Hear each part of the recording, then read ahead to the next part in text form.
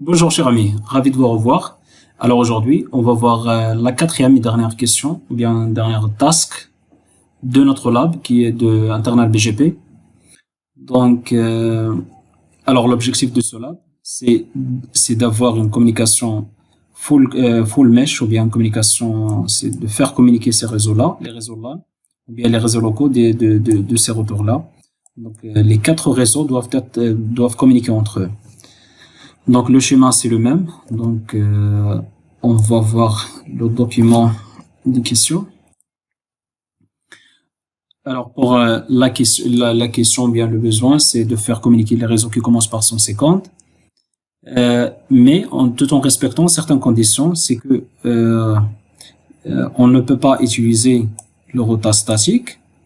On ne peut pas faire la redistribution du réseau 150.4.1.0 dans la table routage de BGP. On ne peut pas toucher la configuration de R2 ni de R4. Et aussi, on ne peut pas utiliser un protocole de routage dynamique, OSPF ou bien UGRP. Et à la fin, on va utiliser les commandes pour checker si tout se passe bien, si tout est bien configuré. Donc, on va partir à notre lab. Alors, on va se connecter aux équipements. Donc, la première task, c'est d'annoncer ou bien c'est d'informer, parce que le réseau 150.4.4.0 il est là. Donc, dans les deux précédents labs, 1 et 2, on a annoncé le 153.3, 151.1 et 152.2 dans la table de routage de BGP. Donc, je vais vous montrer la configuration du R3 comme exemple. Alors, si je fais sur R3 show run section BGP pour afficher toute la configuration du BGP. Donc, comme vous voyez ici, on a déjà annoncé ou bien fait l'annoncement de ce réseau-là dans la table de routage de BGP. Parce que, comme vous le savez, le protocole de BGP, il conçoit ou bien il a sa propre table de routage. Donc, pour le R4, si je fais show run section BGP, donc il n'y a pas d'annoncement. Donc, on ne peut pas faire statiquement comme on a déjà fait dans le R3, R1 et R2. Mais la solution qui nous reste, c'est de l'annoncer aux autres routeurs en utilisant une route statique. Donc, je vais vous montrer comment on va le faire. Donc, sur le R4, on va accéder au routeur BGP 254. La commande, c'est neighbor 10.0.0.13 default originates. Alors cette commande-là, avec cette commande-là, qu'est-ce qu'on dit? On informe le R3 si tu veux joindre n'importe quel réseau. Votre destination c'est le 14, d'accord? Et automatiquement donc il va pouvoir joindre le 150.4.4.0. Alors CP espace, voilà, donc et là une route par défaut qui pointe vers le 10.0.0.14 qui est le R4. Si je teste le ping 10.150.4.4.4, voilà, ça marche, le ping ça marche. Donc la première partie ou bien la première question, voilà, c'est ça la réponse. Maintenant le R3 peut joindre le réseau LAN du R4, d'accord? Maintenant mais les autres routeurs, le R1 et R2, ne peuvent pas encore joindre ce réseau-là. Donc, si je fais un check sur le R1, je fais par exemple show IP BGP, la route par défaut que je viens de créer, il ne la connaît pas, tout simple. Pourquoi? Parce que par défaut, le internal BGP, le R3, il va pas annoncer les routes qu'il a après, bien qu'il a reçues de R3, il va pas les informer au R4. C'est pas comme le BGP, c'est pas comme l'OSPF. Donc, le Internet BGP, donc on doit annoncer manuellement ou bien, et c'est ça le besoin d'avoir un protocole de routage dynamique OSPF ou bien UEGRP. Donc, on voit ici, le R3, il peut joindre ce réseau-là, mais il n'a pas annoncé même qu'il a si je pars R3 et je fais show IP BGP, je vois donc le R3, il connaît, il a une route par défaut qui pointe le R4, il connaît le réseau 150.1.1 qui est le LAN de ce R1 et le réseau local qui est 150.3.3. Par contre, c'est sur le R1, si je fais show IP BGP, donc je vois que il a son propre réseau local. Il connaît le 150.2.2 parce qu'ils ont échangé les réseaux entre eux. Avec le 3, ils ont échangé aussi. Donc, il connaît le 150.3, mais il connaît pas le 150.4.2. Donc, la solution, configurer le routage statique ou bien dynamique, mais c'est pas autorisé par l'OLAP. Donc, qu'est-ce qu'on va faire? On va configurer le route reflector. Donc, le route reflector, c'est, qu'est-ce qu'il fait le route reflector? Donc, ce routeur-là, on va, sur le R1, on va le configurer comme route reflector server. Et on va lui annoncer que le R2, on va lui annoncer le R2 comme route reflector clients. OK? Donc, automatiquement, et celui-là, ça va être le serveur et celui-là, le client. Comme ça, on va pas toucher à la configuration de R2 ni de R4, mais automatiquement, quand il est route reflector client, donc il va envoyer les routes qu'il connaît ou bien les directeurs. Donc le R1, il connaît déjà les réseaux locaux de R2, il va les annoncer au R3 et vice versa. Puisque R3, il connaît les réseaux locaux de R4, donc il va les annoncer au R1. Comme ça, R1, il va connaître le réseau, déjà il connaît celui-là, mais à travers la configuration de route reflector, il va apprendre, ou bien il va recevoir les informations du réseau local, et vice versa le R3, pour le moment il connaît pas le réseau local, de ce réseau local, mais il va le savoir à travers le route reflector configuration. Donc, on va revenir ici. On va commencer par la configuration du R1. Donc, on va faire BGP 254 neighbor 10.0.0 clients. Donc, comme ça, voilà la commande avec laquelle on va mettre ce retour-là comme route reflector client. D'accord. Et on va faire la même chose sur le R3. On va accéder au routeur BGP 254 neighbor clients. On va sauvegarder. Ici, la même chose. Alors, donc, sur le R1, on va faire quoi? On va faire show IP BGP. Voilà, donc, comme on a vu tout à l'heure, on a fait le show IP BGP, il n'avait pas de route par défaut. Mais maintenant, après configuration de route reflector, donc on voit bien qu'il a reçu un réseau qui est route reflector, le next hop qui est 10.0.0.14 qui est ce routeur-là. Voilà, à travers donc I, c'est internal BGP. Et la même chose sur le R3. Donc, si vous vous rappelez, donc il n'avait pas, ou bien il ne connaissait pas le réseau LAN de R2. Donc, il avait que la route par défaut 1 et 3. Donc, on va faire show IP BGP. Voilà. Voilà, c'est comme ça. Donc maintenant, il connaît le réseau 150.2.2.12. Mais donc on n'a pas encore fini, même que pourquoi? Parce que le routeur 1, donc qu'est-ce qu'il fait le route réflecteur? Il partage les routes après telle qu'elle est.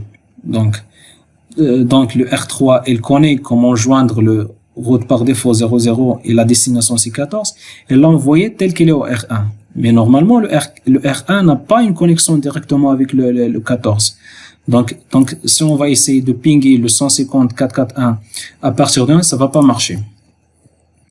Donc, si on fait share IP BGP 100,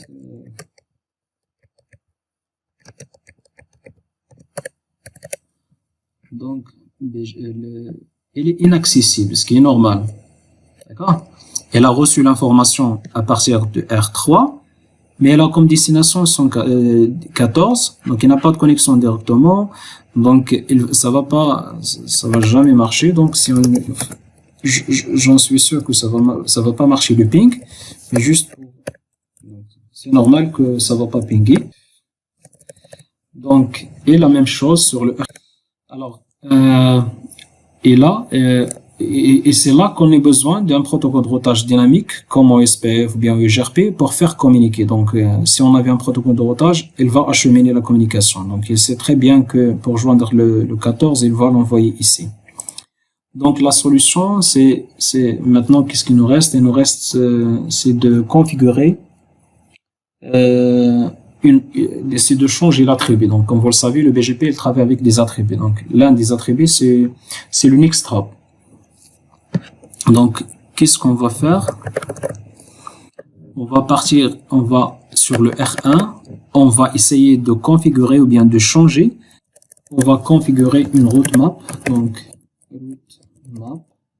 On va l'appeler R2-next hop. Permit 10 set IP next hop 10 0 0 1, voilà. Et on va faire la même chose. Donc, qu'est-ce qu'on a fait ici? On dit dans la roadmap, qu'est-ce qu'on va faire? On dit, on applique donc pour le trafic reçu du réseau R2 ou bien du routeur R2, on lui applique la roadmap qui lui change la gateway. Donc, pour lui, la passerelle pour tout le trafic qui arrive à partir du routeur R2, ça va être ce routeur-là. Et la même chose, donc pour le trafic qui arrive de R3, il va l'envoyer ici. Je vais faire la même chose ici pour R3. Donc je vais créer une autre roadmap. Roadmap R3-next hop. Permit 10 set IP next hop 10 0 0. Alors pour notre donc ça doit être le 5, juste pour donc ici ça va être 0 0 5. Voilà. On va accéder à la configuration de BGP. Donc BGP 250 neighbor. Donc on a créé la roadmap, mais on va l'appliquer à la configuration de BGP. Donc neighbor 10 0 0 2 qui est notre voisin 2, lui applique la roadmap qu'on a créée tout à l'heure, qu'on a appelé, voilà, out. Je vais faire la même chose pour le R3, donc et on lui applique la roadmap qu'on a créée, out.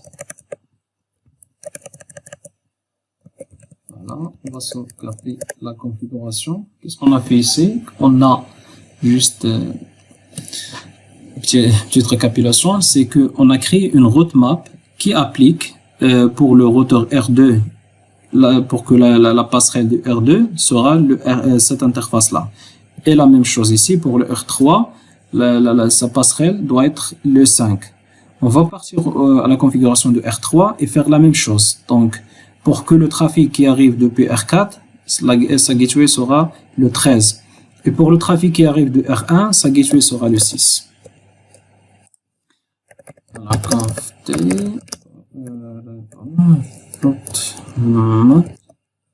on va créer une roadmap qu'on va appeler. Maintenant, on va configurer le R1-next hop permit this set IP next hop 10.0.0.6. Là, on va créer une autre roadmap R4-next hop permit this set IP next hop 10.0.0.13. On va partir à la configuration de BGP. BGP 254 neighbor 10.0.0.5 roadmap. On va appliquer la roadmap pour le R1. Voilà sa roadmap. Out 14 roadmap. Voilà sa roadmap. Out. On va sauvegarder. Alors, si vous remarquez, on n'a pas touché la configuration ni de routeur 2, ni de R4. D'accord? Alors, on va partir R3 et on va essayer de faire show BGP. Alors, là, c'est bon. Comme vous voyez ici, c'est que maintenant, ce n'est plus comme avant. Donc, pour le R3, et là, il peut voir le 152.2.0, mais la destination, maintenant, elle est différente. La destination pour le R3, elle est 10.0.0.5, qui est le R1. Donc, si vous vous rappelez bien, on a vu tout à l'heure, c'est que la destination pour 152.2, le 152.2.0 était le 2. Alors, en réalité, il n'y a pas de communication entre le R3 avec le R2 directement. Donc, c'est pour ça que le ping ne marchait pas. Mais maintenant, on a la roadmap qui applique la gateway ou bien le next hop, l'attribut, il change l'attribut pour tout le trafic qui arrive ici et le mettre pour le 5. Et la même chose, donc pour ça doit être la même chose. Donc, sur le R3, si je fais ping 152.2, très bien, ça marche le ping. Alors, très bien. Donc, pour le R1, si je fais show IP BGP, je vois bien que, très bien, ça aussi. Donc, pour lui, la route par défaut qu'on a vu tout à l'heure, c'était, voilà, la destination via le next hop qui était pour le R1, c'était le 14. En réalité, il n'y a pas, mais comme il n'y a pas de communication entre le R1 et le 14, donc on a créé une roadmap qui change l'attribut de next hop vers le 6. Maintenant, sur le R1, il doit être capable de joindre le 154. Non, ça marche pas. Alors maintenant le ping ça marche bien comme demandé au lab. Donc sur BGP. Donc si je fais à partir de routeur 1, j'essaie de pinguer le 150.4.4 source. C'est un 2/0 qui est le réseau local de sortant, ça marche bien. Si je ping la même chose, la même commande, ça marche bien. Si je pars aussi au R2, pourquoi ça ne marchait pas tout à l'heure? Parce que quand j'essaie de lancer le ping, je ne faisais pas source, parce que quand j'ai essayé tout à l'heure de tester, le routeur essaie d'envoyer le paquet à partir de ce réseau-là, qui est le 10.0.0.5. Mais par contre, ce réseau-là, il n'est pas déclaré au BGP, donc il ne le connaît pas. Donc sur le R1, si on fait passe par 10.0.0.4, donc il n'y a que le route par défaut de R4, ça c'est le R2 et le R3. Donc c'est pour ça qu'il faut faire ping 150.50 source face Ethernet 2/0, ça marche. C'est comme ça que ça doit être. Et à partir de R4, si je fais ping 150.2.2 qui est le réseau le plus loin, donc à partir d'ici, j'essaie de joindre ici source face Ethernet 2/0, ça marche. Alors maintenant le ping ça marche comme demandé au lab, donc les réseaux locaux communiquent entre eux tout en respectant ce qui est demandé au lab. Alors c'est tout pour aujourd'hui, j'espère c'est la fin de ce lab donc qui contient 3 tasks. J'espère que vous avez appris quelque chose de nouveau. N'hésitez pas à partager avec nous vos commentaires et vos suggestions et à très bientôt.